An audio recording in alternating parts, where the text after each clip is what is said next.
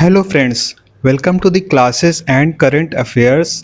आज हम वक्फ amendment bill 2025 का एनालिसिस करेंगे। आजकल आपने वक्फ के बारे में ढेर सारी चीज़ें सुनी होंगी, जिसकी हियरिंग भी आजकल सुप्रीम कोर्ट में चल रही है। तो हम इसका एनालिसिस करते हैं। और इसके बारे में आपने ढेर सारे आर्टिकल्स भी, न्यूज़ भी देखे होंगे। तो चलिए एक बार देख लेते हैं कि वक्फ अमेंडमेंट बिल 2025 है क्या। वक्फ अमेंडमेंट बिल एक बड़ा सुधार है जिसने पूरे भारत में समर्थन और विवाद दोनों को जन्म दिया है। आइए इसको विस्तार से चर्चा करते हैं। वक्फ अमेंडमेंट बिल 2025 भारतीय संसद द्वारा वक्फ संपत्तियों के मैनेजमेंट में सुधार के लिए पारित एक ऐतिहासिक कानून है। वक्फ का तात्पर्य इस्लामी कानून के तहत धर्मार्थ या धार्मिक उद्देश्यों के लिए किए गए धार्मिक दान, जैसे कि भूमि, मॉस्क या एजुकेशनल इंस्टीट्यूशंस जैसे आदि हैं। तो वक्फ बिल तो पहले से ही था, अब इसमें क्या नया संशोधन हुआ है, चलिए इसके बारे में हम देख लेते हैं। तो इसमें सबसे पहला सुधार है कि इसमें नॉन मुस्लिम जो मेंबर्स हैं वक्फ बोर्ड में, उनको शामिल करना है।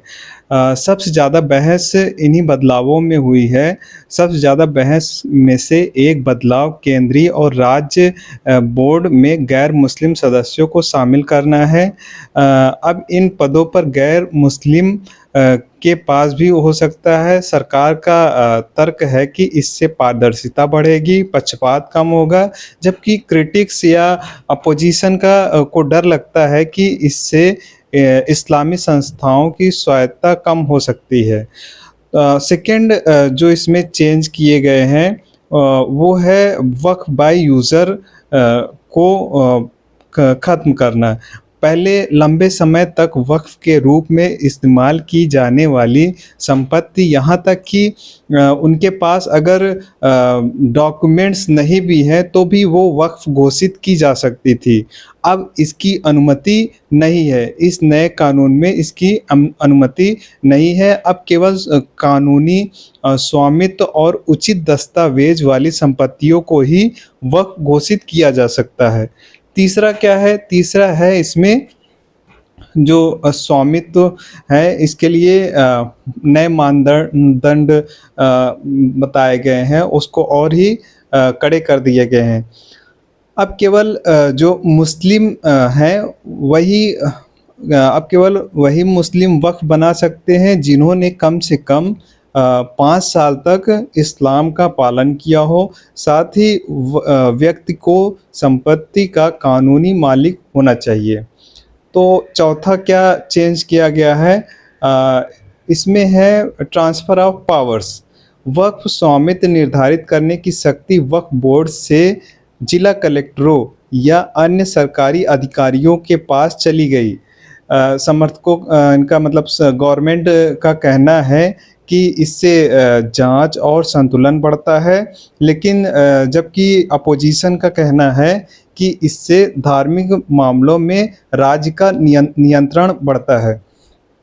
पांचवा, वक्फ अमेंडमेंट बिल में क्या कहा गया है?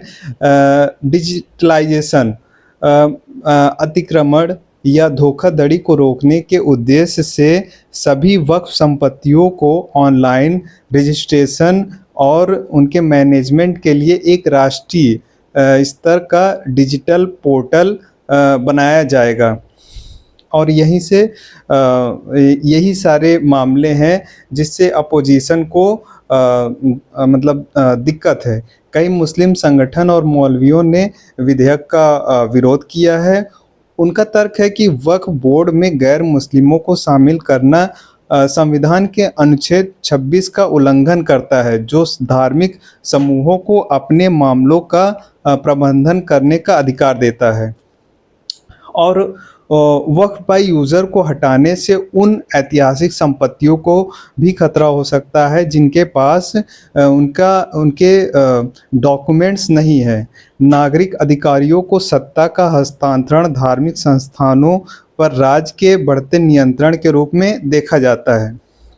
अपोजिशन का कहना है कि इससे नौकरशाही का अतिक्रमण कहते हैं, जबकि समर्थक इसे जवाबदेही के साथ सुधार कहते हैं। तो ये कंट्रोवर्सी है जो अभी नए वक्फ अमेंडमेंट बिल 2025 में है। अब हम कंक्लूज़न पे आते हैं। तो गवर्नमेंट का ये दावा है कि इन संस्थानों का उद्देश्य पारदर्शिता के साथ पारदर्शिता में सुधार और भ्रष्टाचार को कम करता है। मुस्लिम समुदाय के कई लोग इसे धार्मिक मामलों में हस्तक्षेप के रूप में देखते हैं। शासन और धार्मिक स्वतंत्रता के बीच में संतुलन नाजुक है और इस विधेयक ने उन बहस को सुर्खियों में ला दिया है। तो अगर आपने हमारा ये वीडियो अगर आपको अच्छा लगा हो तो वीडियो को शेयर करें और चैनल को सब्सक्राइब करें। Thank you. जय हिंद, भारत माता की जय। मिलते हैं आपसे अगले एपिसोड में।